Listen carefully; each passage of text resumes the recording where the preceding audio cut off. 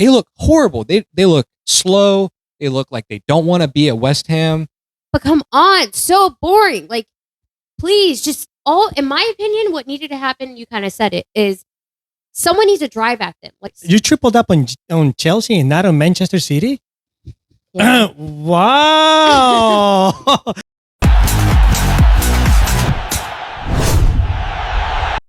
Hey everyone, welcome back to Football Talks. In this week's episode, we're going to go over the first week of Premier League action. So at the time of recording, we've actually seen every single game except for the Leeds and Everton game that's supposed to be played on the Monday. So there's been some crazy first opening games. That first game with Liverpool, we'll go over that. And some games that were supposed to be super hyped, but they really didn't live up to it. So let's go ahead and go through it. We'll go with the first game, of course. I already mentioned Liverpool versus Bournemouth, 4-2. What a crazy game. Ari, we'll start with you. What did you think of that game? Well, first I want to start off by saying only winning teams can wear their jersey, okay? Liverpool, City. She's right. I'm not really sure what happened with Chelsea, but we'll get to that. My thoughts and opinions on the Liverpool-Bournemouth game. I was shocked by Bournemouth scoring. Obviously, in previous videos, I said they were going to be a mid to lower end table team. I still feel that way, but the fact that they scored, I was shocked. I do think Semenyo scored because he was so amped up by the comment that was made to him during the game, and he wanted to prove himself even more. I think that had a lot to do with it. But Liverpool's defense, I mean, that counter got to them. Yeah. What are your thoughts on that? Well, as a Liverpool fan, first two goals, I'm like, yeah, let's go. We were an attacking machine from all the angles. We had numbers up. Birch looked good in the middle. The nice touches. Salah, he contributed. He was not as involved as he usually is with Liverpool. Then we saw Ekitike. I mean, very good game for his first Premier League game. So the new players that we got in, they did very well. Yeah, after two goals, I'm like, oh yeah, we got this in the bag, and Bournemouth came back. They exposed us. They exposed our weaknesses, which is the quick counter, which is what they did. We having Konate and Virgil on the back, we definitely felt the impact of not having Gravenberch in there. Gravenberch would have helped in the middle and defend, and would have been an extra defender, that seems like the role he's going to play. McAllister is a good player, but not as strong as Gravenberch. So that was an impact in the team. So he'll be back next game. But then the next two goals came in. I'm like, holy! I'm like, you know what? What is this? Another Crystal Palace Liverpool kind of game. So, but we end up coming out with a win. Salah in that scoring at the last minute. Well, what a righty. That made me so mad. FPL wise, like, are you kidding? Are you kidding? And it wasn't that great of a goal. Like, I was really hoping he'd blank. So that made me so mad. As three people that don't own Salah and didn't captain him this past weekend, I mean, that was just, what are they, like, an unneeded goal. They are already winning. He just wanted to score for the stat pad like he always does. Yeah, exactly. I had Konate in my defense, and I know Konate is not as good as Van Dijk. And I'm looking for probably a crosses, and I was hoping for the clean sheet. But it seems like Liverpool's going to struggle to keep clean sheets. We have signed a center back. I don't know when he's going to start, but it's still going to be interesting to see how many clean sheets we're going to be able to keep. So I'm in the fence with Konate. I'm still going to keep him for now. He's cheap, compared to the other defender center backs in premium teams, So we're gonna see. I think Kirk has something I noticed with him is normally, like back when he played for Bournemouth, they pushed him up. That's what made him so good, is the fact that he was like Frimpong and he would help attack. Liverpool's not playing that way with him. They're having him stay back and attacking only on Frimpong's side. I don't think that helps him. I think it actually makes his weaknesses look worse. I mean, he's an okay defender, but what made him so great is the fact he pushed up and helped attack. I think it would be better if Slot could switch the sides on attacking. Like Kirkus sometimes go up, and then he comes back, and then Frimpong goes up. He needs to switch it. It's so right-sided dominant. Salah didn't know when to pass the ball. I felt like he was trying to be very selfish all of the game. Then when they played Gappo side, okay, Gappo freaking scored. I mean, that's just my thoughts. I think they could have been a little more balanced. I think that would have helped with the attack and not be so predictable. But overall, best player of the game was Ekatike. I mean, he really surprised me. You had him on your team for FPL. Got him out last minute. I mean, I guess I kind of convinced him. Yeah, I had him, and I should have just not questioned it. I should have just picked him up. But, I picked up Haaland, and I had Watkins. But we'll go through all that. But at the end of the day, we got the 3 points. As a Liverpool fan, that's what matters. As a Premier League, Fantasy Premier League fan, I didn't get the points from Spurs, but I think Spurs is in for a good haul of points down the season. So yeah, I mean, Liverpool got the job done. That's what champions do. Even when they had their backs against the wall, they threw it all in the box and they eventually got their goal. So, yeah, I mean, really good opening game. I think the season's going to be great. So I think that just that's a good opener to show what's to come, right? The next game we have is Aston Villa versus Newcastle. That was supposed to be, I feel like, a more spicy game. I'm not sure what happened. I don't know if it was the red card, but both teams maybe were a little like rusty. Listen, I was, in my opinion, Aston Villa, it was just Watkins on top. Mm-hmm. It was like Watkins didn't have anyone. Mm-hmm. And to me, Watkins just seemed so lonely on top that he couldn't do what he usually does.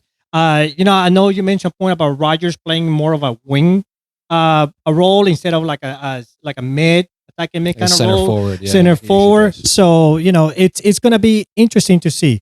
So, but I think it was just this game. Newcastle, they look kind of strong, even without Isak, but with Isak would have been much stronger. But yeah, they were lacking like a clinical forward. I mean, Gordon's there. Gordon's a great player, but he's not a true forward, like a true striker. Alenga was so good, but he was just a little messy. Like, I felt like obviously he's so fast. Maybe he's just, I think he's getting warmed up. It's the first game of the season. Definitely a player of consideration if you're playing FPL. Something to think about, see how they do. But yeah, I think you're right. I think to Mario's point, Mario brought it up, like he mentioned, just Rodgers not playing right behind Watkins when he's the one who feeds Watkins normally. Didn't really help Villa. Yeah, Emery plays like this weird formation sometimes where he'll play almost like a 4-4-2. And Tielemans was actually playing the second striker with Watkins. So when they were doing their pressing, Tielemans was up there pressing with Watkins, which in my opinion, if you're nullifying Tielemans, who's a great deep lying player, and you're also nullifying Rodgers because you're playing him on the wing. You also had McGinn playing right wing, which I like McGinn. I think he's a solid player, but he's not a winger. It was just a little strange setup. I think Villa could do much better, and I was pretty disappointed with their performance overall. Yeah, I like I said, I like a Watkins fan because I had Watkins last season and the season before, and he's gone. I mean, he scores. He's a finisher, and he just couldn't get it there. He made the right runs. He got open when he needed to, but he just didn't have anyone because he also likes to assist as well. So, but we'll see. I mean, it's the first game of the season. We'll see how Villa does going forward. Newcastle, to me, they should have played probably Lang as a center forward. Maybe, I don't know. He got the speed unlike Gordon, but I don't know. It was an interesting game. But could have gone. I guess Newcastle should have won it. Yeah, I agree. I mean, Villa has a red. You would think Newcastle could finish, but again, lacking Isak. So I'm glad I didn't get Konsa. I was very close to getting him. A lot of people got him for FPL. Yeah. Because he's so cheap. Yeah, what's crazy though is he still got 3 points. He got the clean sheet and the defensive points. So even the red card, I mean, that's the new point system is interesting this year with this stuff. Yeah, and we'll get to that by the new defensive point because I got some in the bench sitting there. Okay, so our next game we have is Brighton versus Fulham. I'm gonna be honest, to me this game was okay. It was kind of boring. I guess up until the very last, was it 90th minute or something, Muniz comes on, or he probably comes on before that, and then he scores. So that made it kind of interesting. But outside of that, I wasn't super impressed by this game. It was funny seeing the battle between Mente and Bassey. Mente's so tiny. Man, he pushes up so high. But I guess I was wrong about Harry Wilson. Now he's starting, and I told Mario, I'm like, this is why he didn't score. He needs to come off bench. That was what brought the luck. Like he comes off bench and scores, and now they're starting him. So like right now.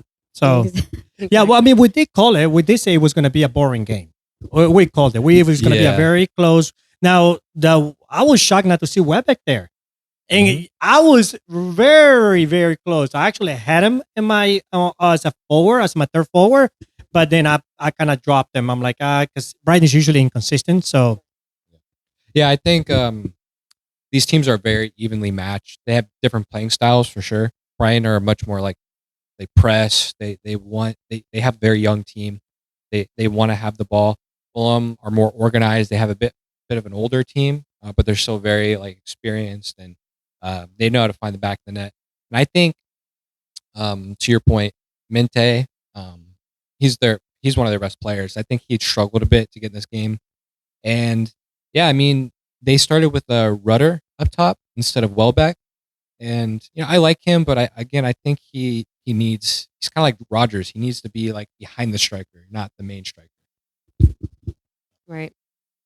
well, the surprise of the week is pretty much Sunderland versus West Ham. Wow, I didn't guess that one. Mario guessed this one. Yeah, Maybe I not called as it. many goals, but he's been a Sunderland fan, so What it was is tell us. I saw West Ham playing, and they looked good in preseason at times. But what it was is their young players coming off the bench, their academy players coming off the bench, and they looked good. The guys that were supposed to be good, the Ward-Prowse, Paquette, they have another midfielder, Rodriguez, I think his name is. I could be wrong. They look horrible. They look slow. They look like they don't want to be at West Ham. And they already lost Kudus, who was one of their main outlets. Yeah. Bowen's a great player, but he needs support. So I saw Sunderland, they made all these signings. They're playing at home, their first game in like many years in the Premier League. I just felt it in my bones. So I didn't know it would be 3-0 though. Hey, I should have played the lotto. Telling you, you get that right feeling. Well, you're right. You're right. Bowen himself, I think, had a good game. Was it great? No, but he had a good game. He tried as best as he could, but without the backup, you can't do much. Sunderland, I was impressed. No, it was like the whole team was attacking. As you can see, it was different assisters. It was different goal scorers for all three goals. They came in with some confidence, wanting to win that game. I just hope they can continue it. If they can continue that, man, they just have to beat the lower to mid table teams, and then they're golden this season. So it was kind of refreshing to see, to be honest. It really makes West Ham shoot, we need to step it up. I want one of the teams who came up to stay in the Premier League. I'm so tired of them coming up and then going right back down. And that's the beautiful thing about the Premier League and other leagues in Europe and around the world for the most part, except in the US, where you had the promotion and the relegation. Teams like Sutherland, teams like Burnley, teams like Leeds, and other teams that are trying to go move up and have a shot at playing at the first division, they're capable of doing if they got the right players and the right management, the right backing. That doesn't happen here. So it's kind of MLS. But anyway, it's beautiful season. To your point, yes, I do hope Sutherland at Leeds. I don't know about Burnley. I'm going to see Leeds. We're going to see Leeds tomorrow to see how they do. But yeah, I was very shocking to see. At the same time, I was happy and it was refreshing. Yeah, so I agree. But speaking of Kudus came through for me for this next game. Tottenham versus Burnley. What can I say? It was the Kudus show there. I mean, they really pushed on his side. I know Johnson came and scored, but man, they really pushed. I do think that kind of could be a problem because then a lot of teams can eventually read that and then mark on that side. But he just had such a good game, and Richarlison as well. Richarlison's second goal was really good. So overall, Tottenham, I still needs improvement. I'm not going to sit here and say they're the team. They're the team, right? They're not. And they didn't play anyone that great either. But there's potential there, especially with the Eze rumor. If he ends up going, Eze, Kudus on the wings, come on. That's going to be very interesting. I guess which role will he take? I mean, maybe Kudus. Johnson will probably be bench, or probably Kudus play more. I mean, probably Eze play a little bit more in. Yeah, I think Eze would play attacking mid, and the wingers would probably stay the same. Well, Sar did play more of like a defensive role instead of like an attacking mid role. So I can see Eze kind of squeezing in there. But I have Sar. Luckily he came through. I was disappointed a little bit because I was watching the game and I was watching him. He's like playing More too far back. defensive, Yes, he yeah. was very defensive, but he still did well. And I think he's getting involved. He's getting the ball.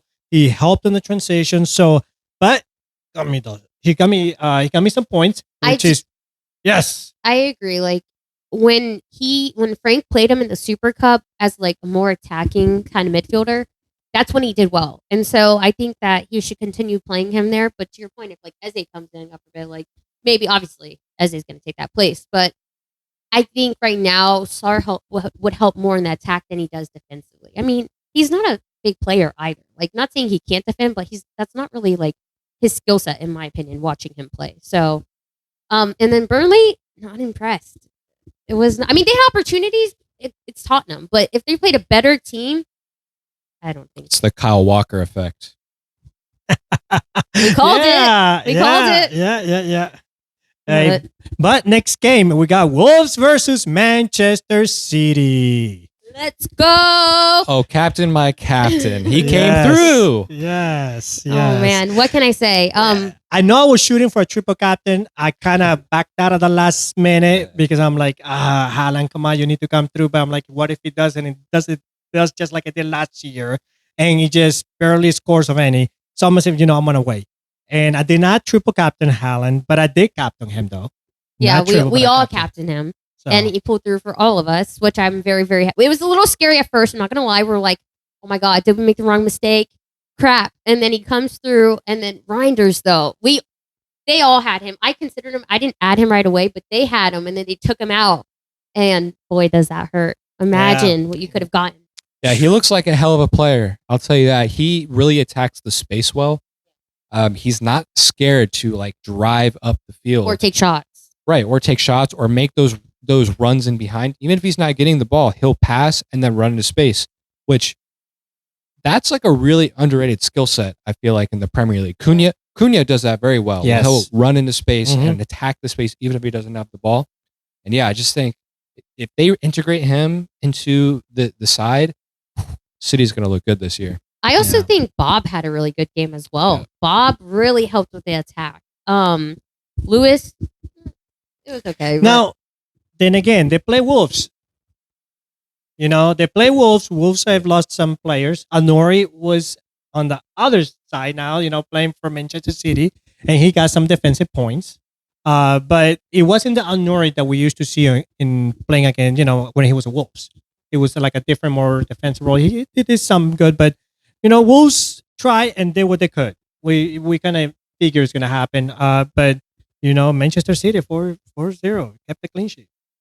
Yeah. What do you think of your new keeper, Trafford? I mean, I like him. I mean, I told them, like, there's rumor of us getting Donnarumma. I'm pretty sure, 90% sure it's going to happen. I don't really actually care for the move because it's like, I feel like it's like an ego trip. He always wants to go to the big teams and it's like a big signing. And like, yeah, he's great. Don't get me wrong. But I just kind of like the fact that we have Trafford. We bring him in and then we can kind of build him up a little bit more. And like, I just don't like giving people false hope, right? So he comes and then we sign a bigger signing and now he's not even going to play. It's just messed up a little bit. As a Chelsea fan, I feel that because we've done that in the past to certain players at our club. Yeah, was it Chalobah? Chalobah, yeah. Trevor, and then you bring him back. And now, of course, you want him after he had a great season with Palace. Yeah. So the fact that even Trafford is a City Academy player too, so he's got a special connection to the club. But yeah, I don't really think it's a signing you need to make. I think Ortega is a fine backup. And maybe if you guys want to visit the goalkeeper market next year, yeah, it's a little strange move. I agree. Yeah, well, Haaland came through for us. 2 goals. Captain. So that really helped. Yeah, can't complain on that. So, but this next game, I'm a little scared of Chelsea versus Crystal Palace. Yeah, let Mario, please take the stage. All right, so Chelsea 0, Crystal Palace 0. What I'll say is this was the exact game plan Crystal Palace wanted, right? They knew that we were going to have lots of the ball. We were going to have lots of possession in areas that didn't really matter to them. and our buildup was so slow. I think part of the problem is Palace are so good defensively in their box. They can stay super compact. They have those technical players like Eze, Sar, Wharton had a good game, I thought, today, where, on the transition and in those really tight spaces, they can counterattack. Chelsea were just really slow in possession. There were so many times when we got the ball in the wings, and instead of putting in the box or beating their man one-on-one, they just took their time. They were waiting for that perfect pass, that perfect shot to come. And it only came like maybe once or twice a game, and we didn't take those opportunities. Do I think Chelsea's going to be bad? No. I just think this is a very common game for Chelsea to draw. And I don't know. It's frustrating as a Chelsea fan to watch, but at the same time, I think we're going to be okay. Man, I'm so mad. I'm so mad at Chelsea. I really put my hopes into them. I have Cuckoo. I went with Cuckoo in the back because he's so high up half the time. I had Palmer and Pedro, which a majority of people have Palmer and Pedro. But come on, so boring. Like, please, in my opinion, what needed to happen, you kind of said it, is someone needs to drive at them, like Reinders did, or like Cunha does. Like, Palmer, drive at them. Stop standing around. Drive at them so that it pulls defenders. Take a 1v1. And then it opens space for other people. I don't think, is it Estavio? Who did he take the place of? Was it Gittins? Gittins, yeah. Gittins came out. I'd rather have Estavio start than Gittins, in my opinion. I think he's a better player.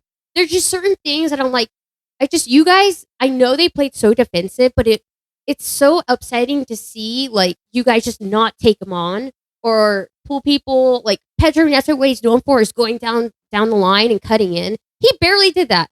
And I know they tried to mark him man-to-man, but that's the risk you have to take. You have to go through people. This is the Prem. Like, you're not going to go far if you just play boring and sit back. Like, the whole thing just made me so mad. So mad. I could have wasted that money on another player. Like, man, Palmer's 10 mil. Come on, I'll replace him with Reinders half his price. You tripled up on Chelsea and not on Manchester City? Yeah. Wow. Hey, do you want to swap jerseys? Hey, listen, I think what happened was Chelsea got together and they were watching the Liverpool-Bournemouth game. Okay? So, no, actually, I'm sorry. Let me rephrase that. Chelsea got together and they were watching the game where Crystal Palace and Liverpool play, and saw how Crystal Palace was the Community Shield final, and saw how Crystal Palace, counter Liverpool. So they figured we don't want that to happen to us. So every attack was, every movement, or any transition was like cautiously made. Yeah. It was no risk. It was just being cautious because they know, like, Cucurella pushes all the way to the top. So right there, you're moving one defender out of there. So it was boring, to be honest with you. It was upsetting, and I'm not a Chelsea fan. Okay, I don't like Chelsea like that, but because I have them for FPL, I'm like, are you serious? Are you serious? Palmer not taking any shots. Wow. He had opportunity to take some shots. I mean, they had 4 chances they could have finished, not with just Palmer, but in general, in front of goal, and they sky it over the goal. Like, come on, you're professionals. Yeah. Now, I got Pedro. I kind of jumped in the bandwagon like everybody else. Pedro did amazing over the preseason, and I'm like, okay, fine, I'm gonna get him. And no, they got a good game next week against West Ham. It's too soon to say. I'm just still upset though. Yeah, but Sanchez got me 7 points, so I'm happy on that part. I didn't triple up on them. I got 2 players from Liverpool, 2 players from Chelsea. So I'm actually a true Liverpool fan. So well, while we're on the Sanchez talk, for me, it was between Sanchez or Sells, because this next game is Nottingham Forest versus Brentford. Nottingham Forest won 3-1. For me, it was between Sanchez and Sells for FPL. Man, I chose the wrong keeper. They did not keep I doubled up on Forest defense. I went Sells and then I went Milinkovic. I was so happy, man. 60th minute came. I had like 12, 15 points from him. I had it in the bag. Next thing I know, freaking Brentford get a PK because a stupid handball that shouldn't have happened. I lose that. But it was but to your point, I actually do think doubling up on Forest is still a good move long term, because Their defense is really solid. They are. Yeah. It's still upsetting though because it shouldn't have happened, right? It was dumb. It was a dumb mistake, and I could have got that clean sheet. All right. I know there's going to be a lot of Wood players picking out Wood next week. That's going to happen. I mean, he got 2 goals. I had him. I was impressed. And he's affordable. I was impressed by Forrest overall. Make that move from Pedro to Wood. It's very easy. No, it's okay. They got West Ham. I'm gonna give Chelsea one more week. Yeah, I give Chelsea more chances. They have one bad game. I'm not going to put them to the side. They're still a good team overall. Right. And Forrest, but overall, Forrest still surprised me with the attack because I thought it was going to weaken, and he predicted it right. I had like the worst predictions. If you watched the earlier video, you were second, and he had it in the bag. Yeah, I don't know. I just have to see Forrest play maybe one more game, and then I think like everyone else, we might all just jump on the bandwagon with some Forrest attackers. So, well, I had Aina, however you say his name now. He got with some extra points, and I have him on my bench. Why? Because I have Van de Ven and Gabriel. Okay, they do it good. Of course, I'm a Liverpool fan. I'm gonna put Konate up there. I'm gonna start Konate. No, I should have started Aina, but then Forrest. Wow, 3-1. You know, it's. I didn't think they have much of an attacking power, but they seem like a very, very a team different than last year. And I'm complaining about these defensive points real quick. They're sitting here saying Sells only got 2 saves. Are you kidding me? Brentford had attack. Like, they weren't like crazy attacking, but he had at least 3, so I could have gotten an extra point, okay? But instead, Aina gets a defensive points. Homeboy's up the field attacking half the game. He's not even defending. It makes me so mad.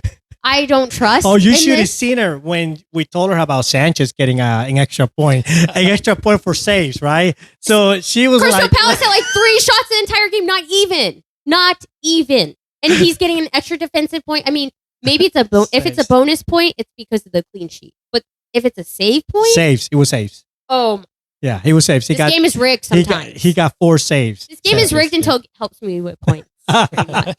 It works for you, right? Exactly. So. All right, so that game was interesting. So next game, we just finished watching it. Man United, Arsenal. Mario, what do you think? Yeah, I mean, honestly, United look really good. I was looking at the stats after the game. United had more possession, more shots on target, more expected goals. I mean, this is not the United of last year. No. I mean, they looked fired up. They looked like they wanted to prove a point. Yes, they lost 1-0, but that's a keeper mistake, and that's their backup keeper. In my opinion, United need to go for Donnarumma. That's who they need. That would be the smart move to get a safe pair of hands back there. This United team could finish, to your point, top 6 easily. Their attack is insane. Cunha was driving through the middle of the Arsenal midfield like they weren't even, like Declan Rice. He's cooked rice, like nothing. Like, right. No. He wasn't even there. Yeah. No, I like Cunha as a player, and he did really well. Now, at the beginning of the game, they made a commentary during the game that like this looks like Man United's playing with 3 false nines. And it's true, because at times there was nobody on top to cross to. There was no center forward. So that's where Sesko's going to come in and kind of fill in that space. So kind of towards the end of the game, when all the subs were made, it looked like the team that's going to be it. And that's the team I think that should start. And I told you guys, I think Sesko, Ahmad, and Mbeumo and Cunha behind as like more of a like 2 attacking, Fernandez as like a defensive mid. And then who is out on the left? Oh, how do you say his name? Dorgu? Yeah, Dorgu. I think that should be the starting lineup. It's very attacking, I know, not very defensive, but they're just, man, that's a powerhouse team right there. And Mbeumo, not a good game. No, but he had opportunities. He did. That means that next time he'll get him in. He was in the right place. He was making the right runs. You know, we'll have our off games. And this was Mbeumo. And they look good. The only goal that happened was by a mistake. And it really looked, honestly, Arsenal, you saw Saliba pushing into the keeper. But the keeper should have done better than that. You know, as a professional keeper, they should have done much better than that. But that was the only goal that came. Arsenal did not have like a usual dominating on top of the 18 and right outside the 18 and passing the ball and transitioning, holding the ball. No. Yeah. I think they were playing with 10 men for the first 60 minutes until Gyökeres came off. Hey, I predicted he would not do good this season, and He's not the player. it was rough. That's all I'm gonna say. Yeah, I it mean, was. just a tip, an idea for you FPL players that have him. You can give him more time. Don't think much will change, especially for the price. Nah, you're better off getting Wood. The other comment I have real quick is Ahmad, however you say his name, just too close to Embuemo for me. It was way too close. I think, like you said, or whatever I said, Embuemo coming a little more in the inside, giving him some space to play off. They play well together, but I don't think it helped the fact they had like 3 people in one little corner. Well, they adjusted. They adjusted as the gaming went on, and they did exactly what you just said. And Buemo did kind of that inside. Amat was more out in the wing, and that's where the threat was coming. Yeah. So because they did a lot of 1-2s together. Which was so great. it's just they haven't been playing together for years. So and Buemo and Kuna, everybody else got to like kind of familiarize and get used to how each other play, and just I think it's all about chemistry. And once the chemistry is there, man, United look good. I'm keeping Kuna. I got Kuna. I'm gonna keep him. I'm keeping him. I'm keeping Birds. I think they look solid. They look strong. There are a lot coming from them. And I was shocked. Arsenal. Hey, Gabriel. Arsenal's a snooze fest. Ugh. How did he Boring get a as yellow? heck. Wait, did he end up getting one in Raya too? Raya too. Yes, Raya Okay, and so they Gabriel. both got one at that moment. But at least I got 5 In points. general, Arsenal is boring. So sorry if you're an Arsenal fan. I know a lot of you will hate me.